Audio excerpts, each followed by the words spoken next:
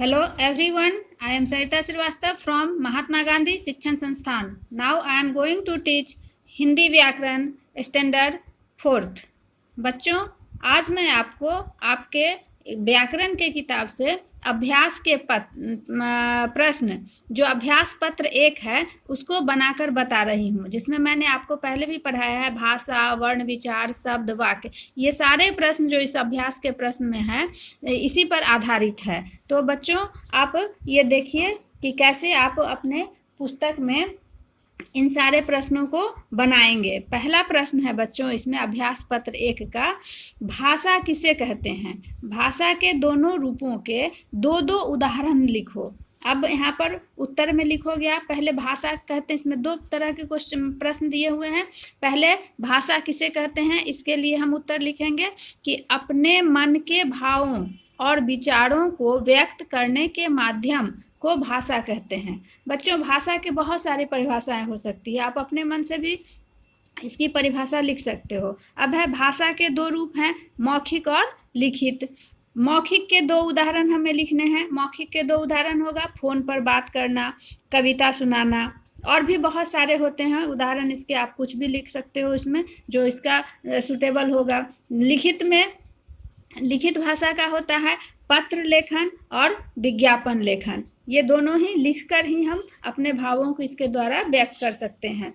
अब बच्चों, दूसरा प्रश्न है स्वर और व्यंजन में क्या अंतर है? स्वर और व्यंजन में क्या अंतर है? तो उत्तर होगा इसका कि स्वर का उच्चारण स्वतंत्र रूप से किया जाता है।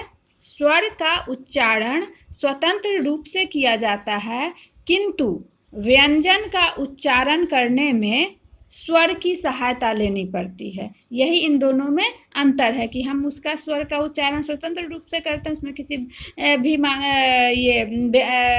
वर्णों का हमें सहायता नहीं लेना पड़ता है। अब है प्रश्न तीसरा कि र के निम्नलिखित रूपों से बनने वाले दो दो शब्द लिखो। आपको जैसा कि मैं पहले भी पढ़ाई हूँ कि इसको रेफ कहते हैं, इस तरह के चिन्ह को र पदेन और इस तरह के चिन्ह को र पदेन कहा जाता है। तो बच्चों, यहाँ एक एक बनाकर दिखाया गया है, उसी तरह से आप यहाँ पर ये रेफ वाली मात्रा से दो शब्द बनाना है। तो एक हो गया कर्ज, दूसरा यहाँ पर मर्ज लिख सकते हो, पर्व लिख सकते हो। अब ये प्रण है, अब प्र से और अब ये र पदेन से और भी हम कुछ बना सकते हैं, जैसे भ्रम, भ्र म भ्रम, और क्र म क्रम। तो ये दो शब्द बन गए। अब है ये र पदेन इस तरह की मात्रा से हमें बनाना है। एक तो बनाया हुआ है ट्रक, अब हम बना सकते हैं ट्राम, ट्र आकार ट्राम, म ट्राम, और ड में र पदेन लगाएंगे तो ड्रम ड्रम।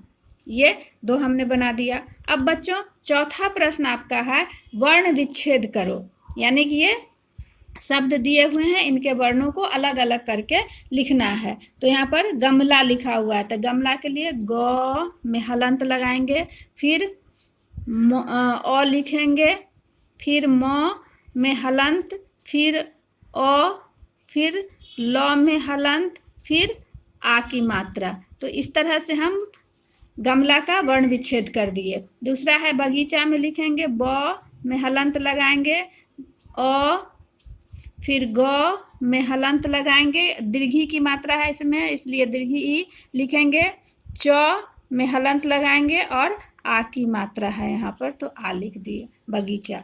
पुलिया लिखा हुआ है तो प में हलंत, हरसू ऊ है तो हरसू लिखेंगे, ल में ई की मात्रा है तो पहले ल हलंत दीर्घी, हर्षी की मात्रा है इसमें तो हर्षी लिखे, और उसके बाद य में हलंत और आ की मात्रा, तो बन गया पुलिया। डमरू लिखना है, डमरू का वर्ण विच्छेद करना है तो ड में हलंत लगाए, अ म में हलंत लगाए, अ, फिर र लिखा हुआ है, र में दीर्घु की मात्रा लगा हुआ है तो ये दीर्घु ऊ लिखेंगे यहाँ पर डमरू। अब है टोकरी, तो ट हलंत, र में ट में ओ की मात्रा लगा हुआ है तो ओ लिखेंगे, क में हलंत लगाएंगे, अ की मात्रा यहाँ पर अ है, र में हलंत और इसमें दीर्घी की मात्रा है, तो ये दीर्घी लिख दिए।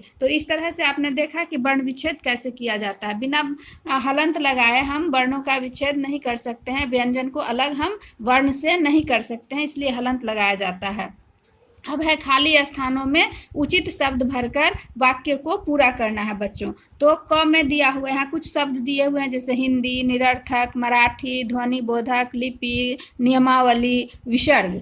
तो अब यहाँ पर वाक्य दिए हुए हैं जिसको हमें भरना है इनमें से शब्दों को चुनकर। तो क में है भाषा के लिखने के तरीके को, डैश है यहाँ पर, क्या कहते हैं, तो इसे हम लिपि कहते हैं, लिपि।